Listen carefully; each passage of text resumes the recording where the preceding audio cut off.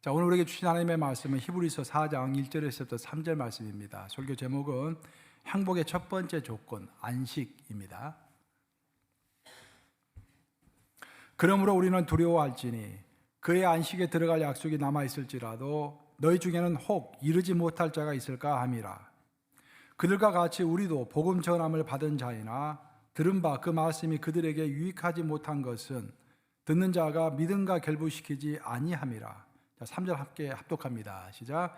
이미 믿는 우리들은 저 안식에 들어가는도다. 그가 말씀하신 바와 같으니 내가 노아에 맹세한 바와 같이 그들이 내 안식에 들어오지 못하리라 하셨다 하였으나 세상을 창조할 때부터 그 일이 이루어졌느니라. 살아계신 하나님의 말씀입니다.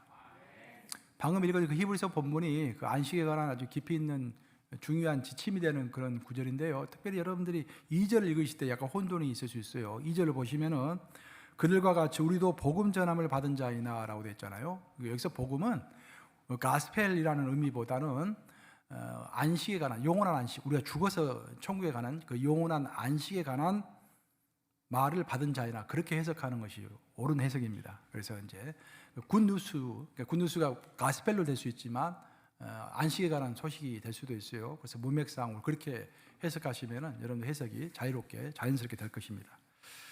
자, 오늘은 이제 안식에 대해서 한번 살펴보려고 하는데요. 우리가 신앙생활을 할 때 어떤 신앙의 그 실타래를 풀 수 있는 그 핵심적인 중요한 개념들이 있습니다. 예를 들어 보면은 우리 신앙생활 할 때 가장 중요한 것 중에 하나가 십자가의 은혜를 깨달아 아는 것입니다.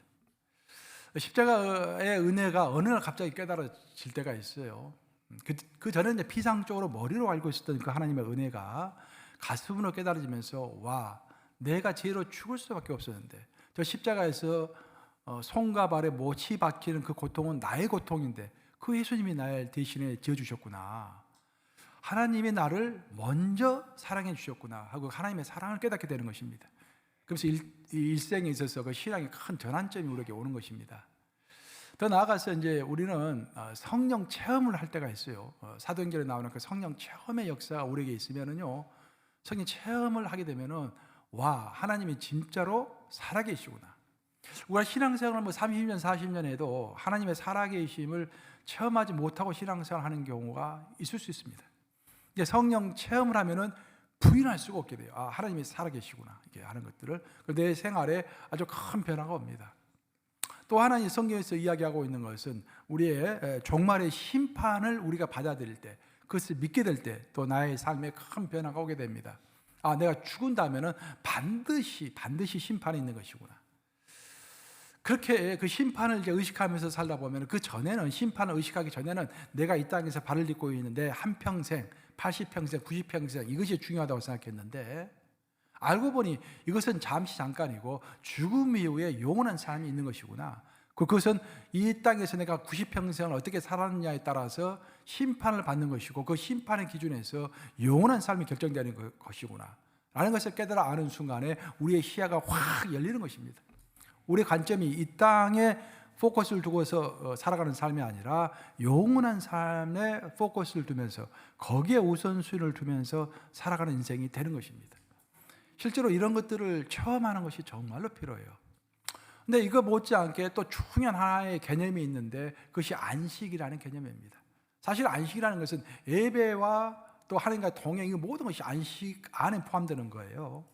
그 안식이라는 개념을 이제 우리가 제대로 이해할 때 우리의 삶이 또 큰 그 삶의 그 형태의 변화가 생기게 됩니다. 성경을 보면은 안식은 항상 창조하고 결합되어서 나옵니다. 우리 하나님은 천지를 창조하시고 나서 하루하루 창조하신 다음에, 하루 창조를 마치신 다음에 잠시 멈추셨습니다. 멈추시고 자기가 오늘 하루 동안 창조하신 것을 감상하셨습니다. 그리고 아, 좋다라고 말씀하신 것이죠. 그러고 나서 6일 동안 창조를 다 마치신 다음에는 특별하게 제7일째 되는 날은 안식일이 되어가지고 안식을 온전히 취하셨던 것입니다. 우리 인간은 아시다시피 성경에 따르면 하나님의 형상을 따라서 만들어졌다라고 되어 있습니다. 즉, 하나님은 최초에 창조와 안식을 두 가지를 번갈아 가면서 하셨는데, 우리가 하나님의 형상을 받은 존재라고 한다면 우리에게도 마땅히 창조와 안식이 있어야 한다는 그런 말이 되는 것입니다. 우리에게 진정한 창조가 있고 우리에게 진정한 안식이 있을 때 우리의 삶은 이상적인 삶이 되고 행복한 삶이 되는 것입니다. 어느 잡지사에서 이제 구독자들에게 설문조사를 했어요. 많은 사람들에게 가장 행복한 사람은 이 땅에서 가장 행복한 순간을 누리는 사람은 어떤 사람입니까? 어떤 순간이 가장 행복한 것입니까? 라고 이제 이렇게 설문조사를 했어요.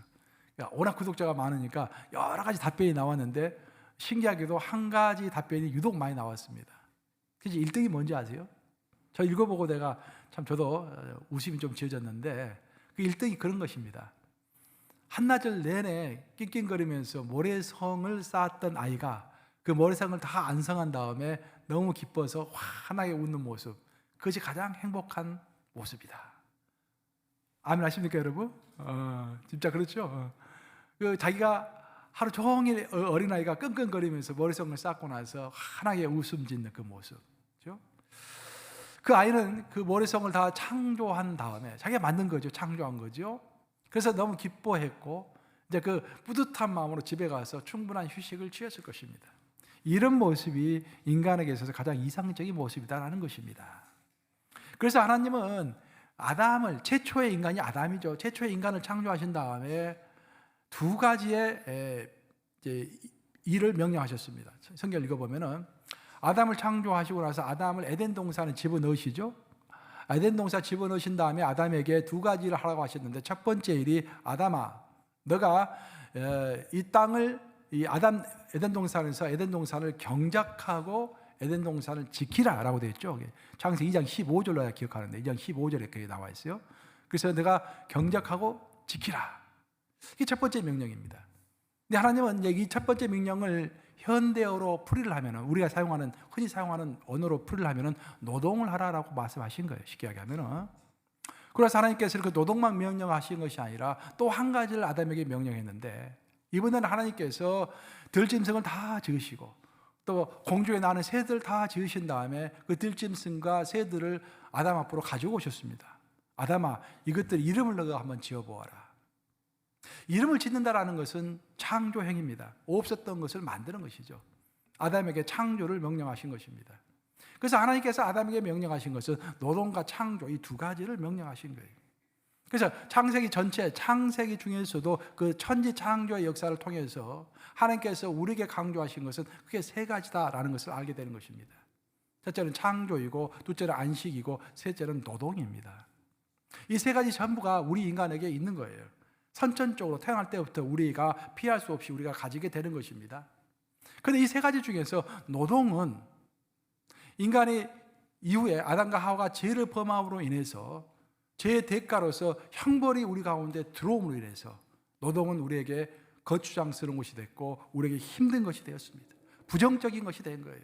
원래 하나님께서 노동을 창조하실 때는 그 노동은 우리의 유익을 위해서 주신 것입니다. 즐거움을 위해서 우리에게 노동을 주신 것인데 죄로 인해서 노동하는 것이 진짜 힘든 거예요. 땀을 흘려야 되고 하기 싫은 일을 해야 되고 노동이 부정적인 개념으로 우리에게 다가오게 되었습니다. 하지만 정말로 다행스러운 것은 우리 하나님은 노동은 우리에게 부정적인 것으로 만드셨지만 그 창조의 능력은 가져가시지 않고 그대로 우리에게 주셨습니다. 그래서 우리 인간이 지금도 창조의 능력이 있기 때문에 지금도 철학도 할 수 있고 과학도 할 수 있고 여러 가지를 만들 수 있는 거예요. 이게 창조의 능력이 예술도 할 수 있고 그 창조의 능력은 여전히 우리 가운데 있는 것입니다.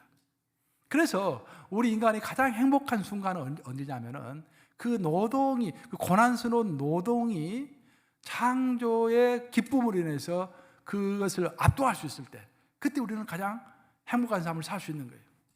다른 말로 하면은 우리의 노동은 노동으로 끝나면 안 되고 항상 창조적 노동이 돼야 하는 것입니다. 제가 아침 일부에서도 이야기했는데 우리 권사님 꽃 배달하시고 꽃 이렇게 파시는데 내가 그랬어요. 꽃만 오늘 얼마나치 팔아야지 하고 꽃만 바라보고 왔다 갔다 하면은 그 노동이다. 그건. 그렇죠. 꽃을 팔 때도 어떻게 하면 창조적으로 저 사람을 기쁘게 할까? 어떻게 하면 꽃을 좀 더 하나님 마음에 합하게 내가 비즈니스 한번 해볼까? 그렇게 창조적으로 생각하면서 노동하면 그 창조적 노동이다. 그래서 기쁜 것이다. 라고 이야기를 했어요. 이렇게 창조와 노동 이 두 가지를 하나님께서 이제 우리에게 주신 다음에 하나님께서 한 가지를 더 주셨는데 그것이 바로 안식이다라는 거예요. 그래서 중요한 것은 뭐냐면 하나님께서는 우리에게 안식을 권유한 게 아니라 안식을 명령하셨다는 것입니다. 안식을 허락하신 것이 아니라 안식을 반드시 한다고 강조하셨다는 것입니다. 그게 중요한 거예요. 자, 우리의 창조적 노동이 온전하게 계속해서 지속되기 위해서는 반드시 안식이 있어야 한다는 것입니다. 그래서 정리를 하면은 우리의 노동은 노동 위에 창조가 들어가야 되고 창조적 노동은 반드시 안식과 함께 균형 잡힌 그런 페이스를 유지해 가야만이 우리의 삶이 행복한 삶이 될 수 있다는 것이 성경의 가르침인 것입니다. 그래서 우리는 이 핵심적인 두 가지 질문을 오늘 우리에게 해봐야 돼요. 나는 지금 창조적인 노동을 하고 있는가? 아니면 마지못해서 밥벌이 하고 있는가? 이게 잘 구분하셔야 합니다. 이게. 그러면 내가 고민을 해야 돼요. 어떻게 살아가는 것이 창조적 노동이 되는 것일까? 이 고민하셔야 돼요. 저 같은 경우도 예를 들어서 나는 목사가 직업이니까 설교해야 한다 하면 그 설교 부담이 되는 거야. 그렇죠? 근데 설교를 통해서 하나님을 만난다. 그 설교 오늘 안식에 대해서 이 주제를 딱 정했으면은 성령께서 그 주제를 주셨으면은 안식에 관한 책도 읽고 묵상도 하면서 여러 가지 창조적으로 한번 생각해 보는 거야. 그것이 나에게 기쁨이 되는 거예요. 설교가 나에게 기쁨이 되는 거예요. 그렇죠? 설교가 짐이 되느냐, 설교가 기쁨이 되느냐라는 것을 그것이 노동으로 받아들이냐 아니면은 창조적 노동으로 받아들이느냐. 여러분의 일상의 삶도 마찬가지입니다. 여러분이 어린아이를 키우고 있든지 설거지를 하든지 뭐 네일 가게 가서 네일 살롱에서 일을 하든지 뭐 델리 가게에서 일을 하든지 세탁소에서 일을 하든지 내가 창조적 노동을 하고 있는지 아니면 그냥 노동을 하고 있는지 살펴볼 일입니다. 두 번째로 우리가 살펴볼 것은 내가 창조적 노동 가운데 있다고 할지라도 나는 안식을 겸하여 가지고 있는가 라는 것을 항상 살펴봐야 하는 것입니다. 안식은 무엇보다도 휴식과 다른 것입니다.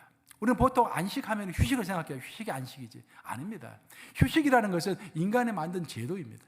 반면에 안식은 하나님께서 우리에게 주신 리듬을 타는 것이 안식인 거예요.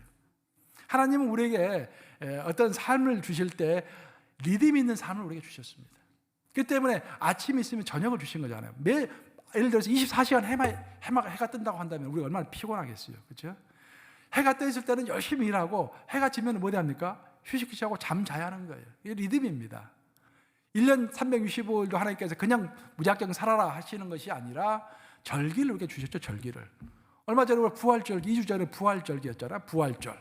그 다음에 이제 추수감사절 오고 성탄절 오고 그러면서 그런 절기를 보내면서 우리의 마음이 새롭게 리듬을 타면서 사순절 때는 또 열심히 기도하고 사순절이 끝났으면 약간 또 이게 잠잠하고 또 이렇게 리듬을 타면서 살아갈 때 우리 인생이 윤활유를 얻게 되는 것입니다. 여러분들이 정확히 아셔야 할 것은 뭐냐면은 스케줄과 리듬은 다르다라는 것입니다. 리듬은 굉장히 자연적인 것입니다. 하나님께서 우리에게 주신 것이니까 굉장히 자연적인 것이에요.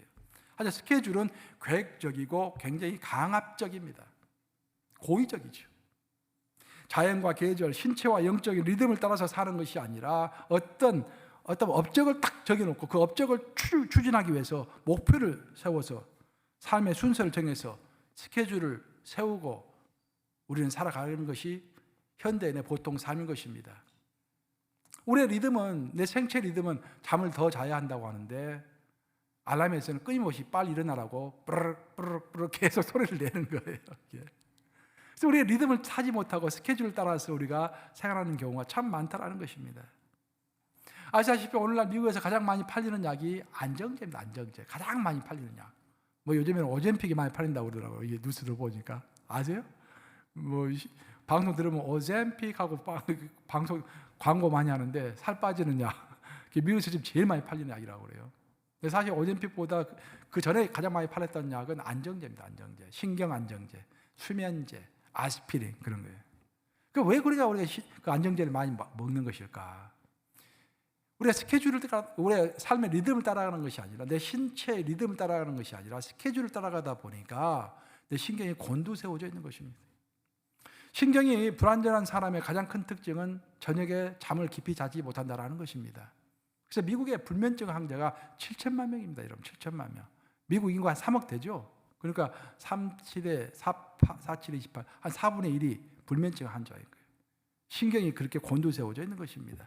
왜? 스케줄을 따라가다 보니까. 매년 서머타임이 시작되면은 서머타임이 딱 시작된 날 우리는 잠을 1시간 덜 잡니다. 그렇죠? 그 다음 1시간 빨리 일어나기 때문에. 그럼 미국에서 어떤 현상이 벌어진지 아세요? 매년 서머스쿨이 시작되는 바로 그날에요. 미국 전 병원에 심장마비 환자가 28% 더 늘어납니다. 통계가 무서운 거예요. 정확하게 28%딱 심장마비 환자들이 더 오는 거예요, 병원에. 딱 1시간 차이인데. 만약 여러분들이 서머스쿨이 진행되고 있음에도 불구하고 그냥 평상시와 똑같이 생활했는데 여러분의 아무 감각이 없다 그러면은 건강한 거예요. 근데 나이가 들면은 조심해야 돼. 그때부터는 서머스쿨 단 1시간을 잠을 적게 자도요 심장병, 심장마비 증세가 올 확률이 28% 높아지는 것입니다. 조심해야 돼요. 이처럼 우리가 리듬 대신에 스케줄에 맞춰서 살 때 우리의 육체는 부정적으로 반응을 하는 것입니다. 그럼 사람들은 왜 과업을 성취하기 위해서 이렇게 스케줄을 맞춘 삶을 살게 되는 것일까요? 왜 우리는 하나님께서 주신 그 신체의 리듬을 따라서 또 영적인 삶의 리듬을 따라서 살지 못하는 것일까요? 왜 그럴까? 그 이유를 성경은 명확하게 설명하고 있는데 창세기 3장 5절에서 이렇게 말하고 있습니다. 우리 함께 같이 읽어보겠습니다. 시작. 너희가 그것을 먹는 날에는 너희 눈이 밝아져 하나님과 같이 되어 선악을 알 줄 하나님이 아시니이다. 하나님은 원래 우리 인간을 만드실 때 하나님의 영광이 나타나는 존재로, 하나님의 일을 함께하는 동역자로, 또 하나님의 뜻을 실현하는 통로로 우리를 만드셨습니다. 그런데 아담과 하와는 그것이 싫었어요. 그것이 마치 하나님 밑에 있는 것처럼 느껴졌습니다. 아닙니다. 나는 하나님과 똑같이 되고 싶어요. 하나님 밑에 있고 싶지 않아요. 그 개념 자체가 잘못된 거예요. 하나님은 그 인간을 밑에 두려고 하시는 것이 아니라 인간을 친구 삼으시려고 하신 것이죠. 함께 일을 하려고 하신 것이죠. 근데 그것을 인정할 수 없었어요. 그 개념을 인정하지 않고 나는 내가 생각하는 면에 있어서 하나님과 똑같이 되고 싶습니다. 하나님과 같이 되어라고 되어 있지 않습니까? 하나님처럼 되고 싶습니다. 그래서 그 인간의 욕심이죠. 하나님처럼 되고 싶다는 그 욕심. 그 힘에 겨운 욕심이죠. 아무리 발버둥을 쳐도 안 되는 욕심입니다. 그 힘에 겨운 욕심을 갖게 된 순간부터 인간은 안식을 잃어버린 것입니다. 그럼 이것이 태초에 있었던 일일까요? 아니면 오늘날까지 그대로 벌어지고 있는 일일까요? 오늘날도 그대로 벌어지고 있는 일이에요. 왜 우리에게 안식이 없을까요? 과욕 때문입니다. 과욕. 하나님처럼 되고 싶은 것입니다. 즉 내 인생을 내가 주관하고 싶은 것입니다.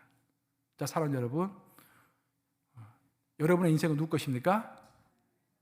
와, 아시네요. 내 인생은 나의 것이 아니에요. 뭐 옛날에 유행가가 있죠? 내 인생은 나의 것. 그럼 나는 그 유행가 들 때마다 저건 아닌데, no 하고 계속 듣는 거야. 내 인생은 하나님의 것. 내 인생 하나님의 것. 근데 내 인생은 내 것이다, 나의 것이다라고 생각하는 순간부터 내가 내 인생을 계획해야 되고, 내가 내 인생을 성공시켜야 되고, 내가 내 인생의 주도권을 쥐고서 나가야 하는 것입니다. 그때부터 내가 책임자가 되는 거예요. 책임자가. 그렇죠?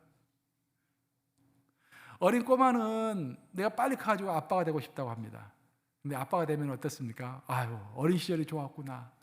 요즘 저도 그런 생각이 많이 들어요. 고향에서 친구들과 그냥 뛰놀던 그때가 너무 그리워. 그렇죠?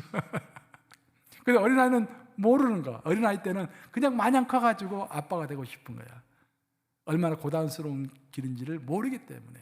인간이 그런 거라 이 말입니다. 하나님은 인간을 하나님의 동행자 삼으셔서 인간에게 안식을 주기를 원하셨는데 인간은 아니다. 내 인생은 나의 것이다. 내가 책임지겠다 하면서 인류의 역사도 자기가 책임지려고 그러고, 가정도 자기가 책임지려고 그러고, 자기 직장도 자기가 책임지려고 하고, 자기 자녀도 자기가 책임지려고 하고, 그러니까 괴로운 거예요, 여러분. 우리 한인들 보면 특히 자녀 문제 심각하잖아요. 자녀를 자기 품에 안고서 자기가 책임지려고 하잖아요. 절대 그거 아닙니다, 여러분. 성경 보세요. 만약에 요셉이 세계적인 인물이 됐잖아요. 근데 요셉이 아버지의 사랑을 많이 받았습니다. 채색 옷을 입고. 근데 만약에 평생 아버지 야곱 밑에 있었다고 한다면 요셉은 그 한 조그만 마을에 유지 정도밖에 안 돼요. 그걸로 인생이 끝나는 거야.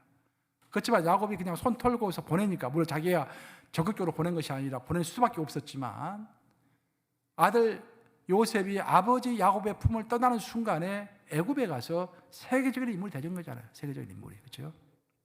내가 책임지려면은 잘 되지도 않을 뿐만 아니라 힘들고, 가장 중요하게는 내 삶에 안식이 없어진다라는 거예요. 내 삶을 하나님 손에 맡겨드리는 순간, 내 야망을 내려놓는 순간, 내 부질없는 욕심을 내려놓는 순간, 그때부터 이제 안식은 시작되는 것입니다. 그러니까 안식에 그런 출발이 없는 사람은 일단 출발부터 있어야 그 다음에 어떤 일이 진행될 거 아니에요. 그래서 안식의 출발은 내려놓는 것입니다. 거기서부터 안식이 출발하는 거예요. 저는 오늘 본문 히브리서 4장을 여러분들에게 선택해서 방금 같이 봉독해 드렸는데, 히브리서에 나오는 그 안식의 개념은요, 구약에 나오는 안식의 개념과 약간 다른 것입니다. 지금까지는 제가 구약에 나오는 창세기를 위주로 구약의 안식의 개념을 설명했는데, 신약의 안식의 개념은 이제 예수 그리스도 안에 있는 자들의 안식을 설명하고 있는 거예요. 오늘 본문에서 가장 특징적인 것은 뭐냐면은, 오늘 4장 1절을 읽어보면은 이렇게 되어 있어요. 너희가 죽은 다음에 들어갈 안식이라는 설명을 하고 있습니다. 즉 죽음 이후에 우리가 들어갈 안식, 영원한 안식, 천국에서 안식을 얘기하는 거예요. 여기서 안식은 미래적인 안식입니다. 지금 얻는 것이 아니라 죽어서 내가 얻을 안식. 근데 오늘 본문을 보면은 그 안식으로 끝나는 것이 아니라 3절을 읽어보면은 이런 표현이 나오죠. 지금 저 안식 안으로 들어가고 라는 표현이 나옵니다. 지금이라는 표현이 나와요. 즉 현재적 안식을 이야기하는 것입니다. 종합하면은 우리 예수님께서 우리에게 가르쳐 주신 안식은, 물론 우리가 죽어서 천국에 들어가면은 영원하게 누릴 그 안식이 중요하지만, 그것만 있는 것이 아니라 살아생전에 우리가 우리의 두 발을 땅에 딛고 살아가는 이 동안에도 우리는 안식을 누릴 수 있다는 거예요. 그래서 그 두 가지 안식을 동시에 누리면서 살아가라라고 히브리서 본문은 우리에게 명령하는 것입니다. 우리가 죽어서 갈 영원한 안식, 영원한 그 천국의 안식은 기다릴 수밖에 없어요. 내가 빨리 가고 싶다 해서 가는 거 아니잖아요. 내가 막 머무르고 싶다 해서 빨리 가는 거 아니잖아요. 내가 죽는 그 순간까지 기다려야 하는 것입니다. 그래서 수동적이 될 수밖에 없고 기다릴 수밖에 없는 거예요. 반면에 내가 오늘 이 땅에서 누리는 안식은 내가 침노해야 하는 것입니다. 내가 적극적으로 또 긍정적으로 그 오늘의 안식을 추구해야 하는 것입니다. 내가 오늘 아침에 일어나서 뉴스 봤더니 난리가 아니에요. 지금 이란이 지금 그 이스라엘에다가 로켓을 쏴가지고 지금 전쟁이 일발 이제 직전에 있고 여러 가지 지금 문제가 많습니다. 아침에 문득 생각이 나더라고요. 이스라엘이 현대에 들어서 전쟁을 굉장히 많이 치렀습니다. 중동 지역하고. 근데 이스라엘이 많은 전쟁을 치렀는데 그 많은 전쟁 중에서 가장 유명한 전쟁이 뭔지 아세요? 제3차 중동전쟁 6.1 전쟁입니다. 이스라엘이 치렀던 전쟁 중에서 제일 유명한 전쟁이 6.1 전쟁이에요. 그 왜 10일 전쟁, 보통은 10일 단위로 하지 않습니까? 10일 전쟁, 30일 전쟁, 아니라 왜 6.1 전쟁일까? 전쟁이 딱 터졌습니다. 그때 이스라엘 정부에서 결정을 했어요. 우리는 안식일을 지켜야 하기 때문에 전쟁이 6일 만에 끝낸다. 그게 목표가 된 거예요. 그 목표를 성취하기 위해서 그들이 가나안 땅에서부터 이집트까지 그 시나이 반도를 거쳐 가야잖아요. 6일 만에 다 점령을 해버렸습니다. 그 역사적 기록을 보면은요, 탱크가 굴러가는 속도, 탱크가 그렇게 빠른 속도 내진 않아요. 탱크가 굴러가는 속도보다 군사들이 움직이는 속도가 더 빨랐다고 그래요. 점령하는 속도가 더 빨랐다. 왜 그렇게 서둘렀는가? 안식일을 지키기 위해서. 얼마나 위대합니까, 여러분? 그렇죠? 큰 교훈 아닙니까? 안식일을 지키기 위해서 그렇게 서둘렀다라는 거예요. 그들의 목표는 안식일 전에 전쟁을 끝내고 거룩한 날이요, 거룩한 모험이요, 정말로 사랑하는 사람들을 만나는 그날, 그 안식일을 지키고자 하는 적극적인 갈망이 있었다라는 것입니다. 그런 갈망이 우리 뉴욕 가정의 성도들에게 있기를 주님의 이름으로 축원합니다. 아예 주일 끼어서 그냥 하루 쉬지 뭐 그렇게 하지 마시고 될 수 있으면 이번에도 이 성기순례 제가 이제 계획하면서 성도들 이제 그 코로나 전에부터 이제 가시한 분들이 있어서 여행사에서 내가 처음에 그렇게 이야기를 했어요. 주일을 떼고 싶지 않으니까 토요일 날 우리 주일 저녁에 출발해가지고 토요일 날 오는 곳을 해주십시오라고 했거든요. 그때 연락이 왔는데 비행기 값이 엄청 비싸게 나왔어요. 그리고 이제 그래도 추진하려고 했는데 이제 가시고자 하시는 분들 중에서 우리 선진의 어른들도 계시잖아요. 그 만약에 성지순례를 6일 만에 끝내려고 하면은요 하루 종일 버스만 타야 한대요. 그 말이 맞잖아요. 또 하나 알게 된 게 비행기값이 비싸가지고 12일을 가나 6일을 가나 요금이 거의 비슷해요. 비용이. 그래서 그럼 내가 가서 내가 인도하면 되겠구나. 앱에 인도하면 되겠구나. 라고 해서 이제 이렇게 11박 12일로 하게 됐는데 하여튼 저는 그 가운데서도 주일이 가장 걱정이 되더라고요. 마찬가지예요. 저는 목사에서 그런 생각을 하겠지만 여러분들도 하나님을 믿는 자녀들로서 되셨으면 거룩한 안식일을 지키는 것, 그렇죠? 그 거룩한 안식일을 지키기 위해서 전쟁을 6일 만에 끝내기로 하고 하나님께 또 얼마나 기도를 했겠어요. 하나님께 열심히 기도를 하면서 6일 만에 끝나게 해주세요 라고 전쟁에 임했더니 실제로 하나님께서 6일 만에 끝내주게 하신 거 아니겠습니까? 그 6일 전쟁이 유명한 이유가 뭐냐면은 그렇게 큰 땅을 6일 만에 점령할 수가 없거든요. 이스라엘 조그만 나라 아닙니까? 하나님이 도와주셨기 때문에 그렇게 할 수 있었던 거예요. 어떤 사람들은 말하기를 우리는 이 땅에서 참된 안식을 기대할 수 없다라는 그런 말을 합니다. 반은 맞고 반은 맞지 않은 소리예요. 물론 우리가 영원한 안식을 이 땅에서 누릴 수는 없겠죠.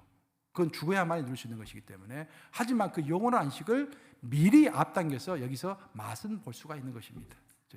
그것을 현재적인 안식이라고 성경은 이야기합니다. 그래서 우리는 미래의 안식뿐만 아니라 오늘의 안식을 적극적으로 갈망하는 것이 필요할 줄로 믿습니다. 우리는 성경을 통해서 안식의 근본적인 온천은 하나님이라는 것을 익히 알고 있습니다. 하나님을 통해서, 그렇죠? 하나님처럼 되려고 하는 욕심을 내려놓고 하나님의 역할을 탐하지 않고 대신 하나님의 동행자가 되어서 하나님께 내 인생을 맡길 때 그때부터 내 안식은 시작된다는 것을 우리 익히 알고 있습니다. 하지만 성경은 아주 중요한 것을 또 한 가지 이야기하고 있는데 우리의 안식의 원천은 하나님인가 동시에 또 다른 하나의 원천이 있다라고 우리에게 가르쳐주고 있습니다. 또 다른 원천이 무엇일까? 룻기를 보면 나와 있어요. 룻기 3장 1절 한번 같이 읽어보겠습니다. 같이 읽습니다. 시작. 룻의 시어머니 나오미가 그에게 이르되 내 딸아 내가 너를 위하여 안식할 곳을 구하여 너를 복되게 하여야 하지 않겠느냐. 이 본문에 따르면은 한 여인에게 있어서 안식처는 사람이다라는 것이 사람. 특별히 남편 될 사람이 한 여인의 안식처가 될 수 있다라고 본문은 이야기합니다. 아시다시피 룻은 가부였어요. 시어머니를 모시고 살고 있는데 시어머니도 가부야. 두 명의 가부가 살아가기가 탁탁치가 않은 것입니다. 왜냐하면 오늘날에 뭐 큰 문제 없죠. 근데 그 당시에는 이제 가부들이 먹고 살기가 힘들었거든요. 그래서 가부 둘이 살다 보니까 먹고 살 것도 풍족하지 않고 내일은 또 무슨 일이 생길까 항상 근심과 불안 가운데 있는 거예요. 안식이 없는 것입니다. 그래서 시어머니가 마음의 결단을 합니다. 며느리를 불러가지고 며느라 내가 너에게 훌륭한 남자 하나를 소개시켜 줄게. 그 남자가 너에게 안식이 될 것이다. 영어로 보면 security라고 되어 있잖아요. 너희가 안정감을 주는 너에게 안식이 될 것이다 라고 이야기하고 있어요.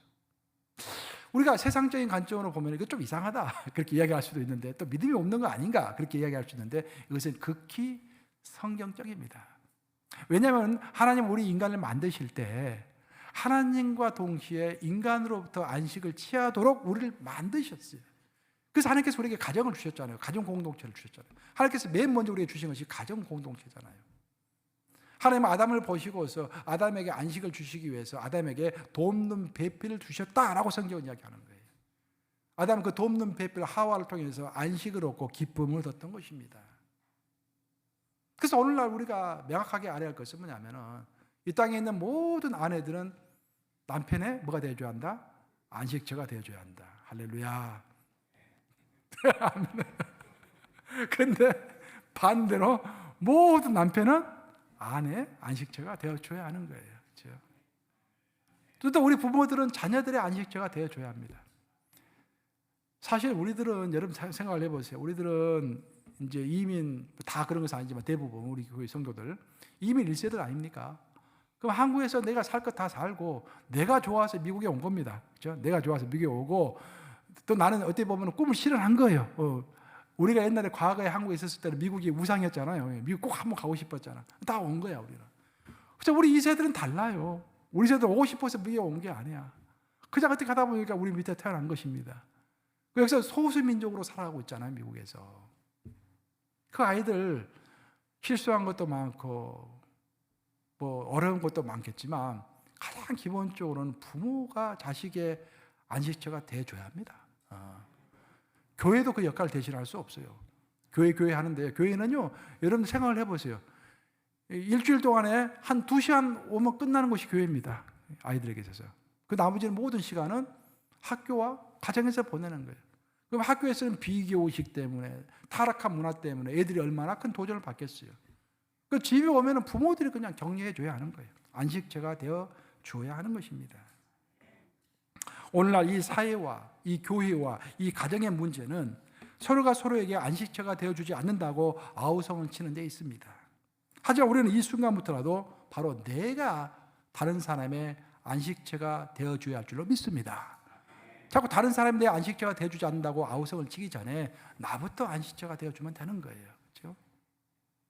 이제 말씀을 마무리합니다. 안식은 어떤 물질이나 특정한 장소에 있는 것이 아니라 내 자신의 내려놓은 가운데 안식이 시작되는 것입니다. 그리고 나와 하나님과의 관계, 나와 이웃과의 관계, 이 사회계의 관계를 통해서 우리 안식은 완성되어지는 것입니다. 종합하면은 결국 안식이라는 것은 내 자신, 하나님, 이웃, 이 3자가 어떤 리듬 속에서 상호 관계를 맺느냐에 따라서 안식이 결정되는 것입니다. 그거 꼭 기억하세요. 이 세 가지, 즉 내 자신과 하나님과 이웃, 이 세 가지를 잘 조합해가지고 안식일을 잘 개발시켜온 그런 민족이 있습니다. 어떤 민족? 누굴까? 유태인들. 유태인들이 바로 이 세 가지를 잘 조합해서 안식일을 잘 지켜오고 있는 거예요. 그래서 물론 이제 유태인들은 예수 그리스도가 빠져 있는 믿음을 갖고 있기 때문에 불완전한 믿음이지만 그 안식일을 지키는 면에 있어서는 우리가 본받을 게 많습니다.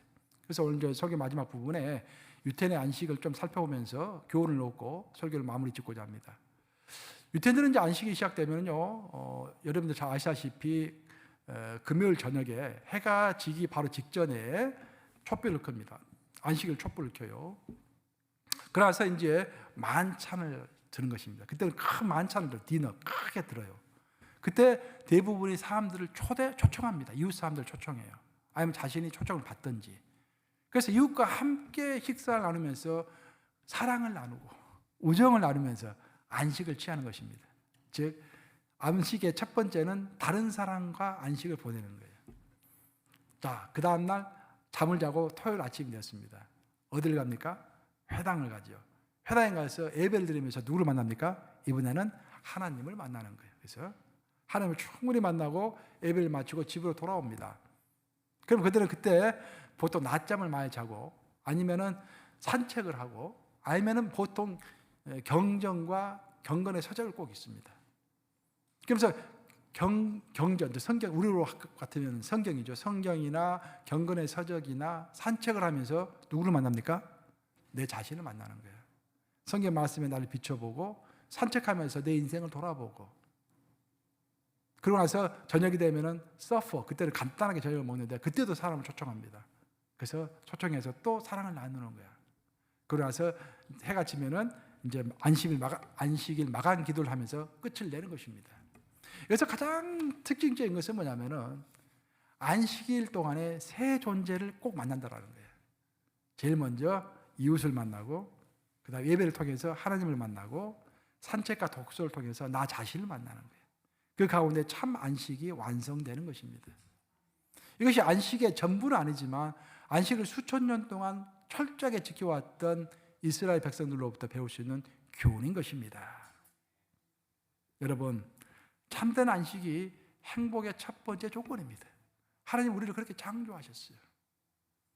안식을 위해서 우리는 우리의 성취욕을 내려놔야 합니다. 하나님처럼 되려고 하지 말아야 합니다.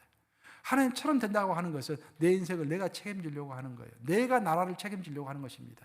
내가 아니더라도 하나님이 책임져 주시는 것입니다. 내려놓는 것이 필요한 것입니다. 하나님께 맡기는 것이 필요한 것입니다. 우리가 하나님 안으로 들어가는 것이 필요한 것입니다. 우리가 하나님의 동행자가 되는 것이 필요한 것입니다. 아울러 내가 다른 사람의 안식처가 되어주는 것도 굉장히 중요한 것입니다. 우리는 이제 성숙한 사람들이잖아요. 어렸을 때는 자꾸 달라고 하는 것이 어린아이지만 큰 자의 특징이 뭡니까? 다른 사람에게 베푸는 자가 큰 자 아니겠습니까? 안식도 마찬가지입니다. 이제 내가 다른 사람의 안식처가 되어주는 것, 그것도 굉장히 중요할 줄로 믿습니다. 이런 가운데서 하나님의 안식이 저와 여러분들의 삶을 풍성하게 하시기를 우리 주님의 이름으로 축원합니다. 기도하셨습니다.